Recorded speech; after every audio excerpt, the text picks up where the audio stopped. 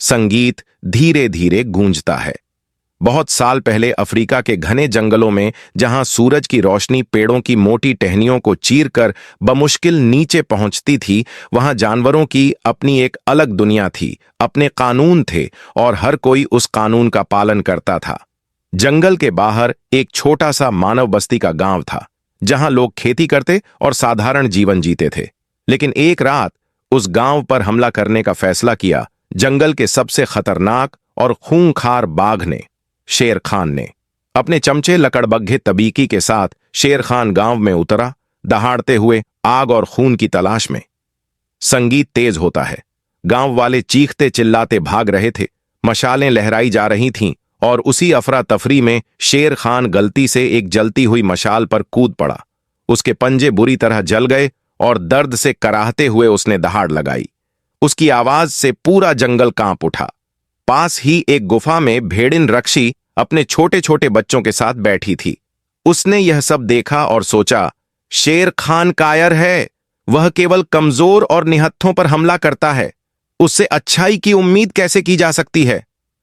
कुछ देर बाद शांति छा गई, लेकिन तभी झाड़ियों में सरसराहट हुई। भेड़िया पिता चौकन्ना हो गया। अचानक उन्होंने देखा एक छोटा सा इंसानी बच्चा नन्ही सी जान रेंगता हुआ जंगल में आ गया था। रक्षी की ममता जाग उठी। उसने उस बच्चे को गोद में लिया और बोली, ये अब मेरा बेटा है। मैं इसे अपने बच्चों की तरह पालूंगी। इसका नाम होगा मोगली। लेकिन तबीकी ने यह सब देख लिया और जाकर शेर खान को खबर दे दी। शेर खान गुस्से में दहाड़ते हुए आया, वो इंसान का बच्चा मेरा शिकार है, उसे मेरे हवाले कर दो। रक्षी गुस्से में दहाड़ी, वो मेरा बच्चा है, मेरे सिवा उसे छूने की सोचना भी मत, कायर कहीं के। शेर खान घायल था। रक्षी की आग उगलती आंखें देखकर पीछे हट गया, लेकिन जाते जाते बोला, एक दिन यह बच्चा मेरे पंजों के नीचे होगा। अगले दिन जंगल की सभा बुलाई गई। सवाल था, क्या एक इंसानी बच्चे को झुंड में जगह दी जा सकती है? बहुत बहस हुई, लेकिन बगीरा, काला तेंदुआ, जो इंसानों के बीच भी रह चुका था, उसने कहा, मोगली को अपनाओ, मैं उसकी जिम्मेदारी लेता हूं। बलू भालू उसे जंगल के नियम सिखाएगा। अंततः झुंड ने मोगली को स्वीकार कर लिया। संगीत हल्का हो जाता है। इसके बाद मोगली ने जंगल में बड़ा होना शुरू किया। बलू ने उसे जानवरों की भाषा सिखाई, पेड़ों से शहद निकालना सिखाया, हाथों से मछली पकड़ना, कूदना फांदना और जंगल के सारे नियम समझाए। बगीरा ने उसे आत्मरक्षा करना सिखाया और यह भी बताया कि इंसानों के बीच रहना कैसा होता है, क्योंकि एक दिन उसे अपने लोगों के पास लौटना होगा। लेकिन मोगली अपने भेड़िया भाइयों और दोस्तों के बीच इतना घुल मिल गया कि पूरा जंगल उसका परिवार बन गया। साल बीत गए, लेकिन शेर खान अपनी चालों से बाज नहीं आया। अब झुंड का नेता अकेला बूढ़ा हो गया था और शेर खान ने मौका देखा। उसने जवान भेड़ियों को उकसाया, अकेला अब शिकार नहीं कर सकता, उसे हटाओ और मोगली को मेरे हवाले कर दो, वरना मैं हमेशा तुम्हारे इलाके में शिकार करूंगा। कुछ युवा भेड़िए सहमत हो गए। मोगली टूट गया। उसे लगा कि अब जंगल उसे नहीं चाहता। बगीरा बोला, या तो तुम इंसानों के पास चले जाओ या शेर खान को लाल फूल यानी आग से हराओ। मोगली उलझन में था।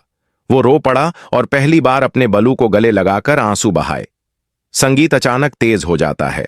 तभी अचानक बंदरों का एक झुंड आया और उन्होंने मोगली को उठा लिया। ये बंदर सबसे शरारती और जंगल के कानून तोड़ने वाले थे।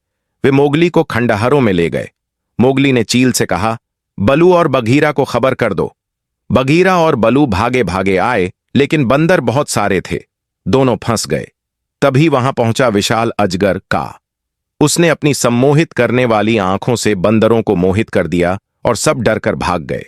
उसने मोगली को आजाद किया। मोगली समझ गया कि जंगल अब उसके लिए सुरक्षित नहीं रहा। वो इंसानों के गांव चला गया। शुरुआत में गांव वाले डर गए, ये बच्चा जंगल से आया है, कहीं ये भूत तो नहीं, जादूगर तो नहीं। लेकिन एक औरत ने उसे अपना बेटा बना लिया और कहा, ये मेरा मासूरा है। मोगली ने धीरे धीरे इंसानी भाषा सीखी और गांव की जिम्मेदारी संभाल ली, मवेशियों की देखभाल। लेकिन उसके असली दोस्त बलू और बगीरा उसे पहाड़ी पर मिलने आते रहे। एक दिन उसके भेड़िया भाई आए। उन्होंने कहा, हमारा परिवार खतरे में है, शेर खान हमें एक एक करके मार रहा है, उसने मां रक्षी को भी मार डाला। मोगली का खून खौल उठा।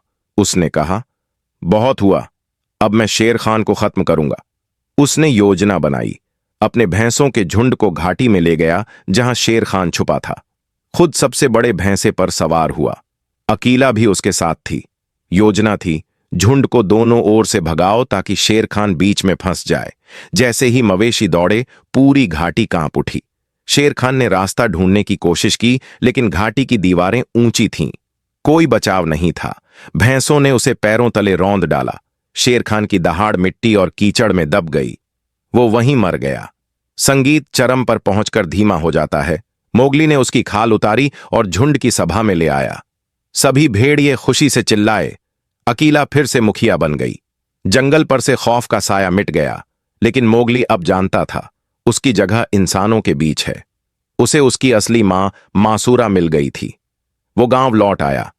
अब जंगल और गांव दोनों शांति से रहने लगे। बलू और बगीरा कभी कभी उसे मिलने आते रहे। और इस तरह जंगल बुक की कहानी हमें सिखाती है कि असली ताकत सिर्फ बल से नहीं, साहस, दोस्ती और परिवार से आती है।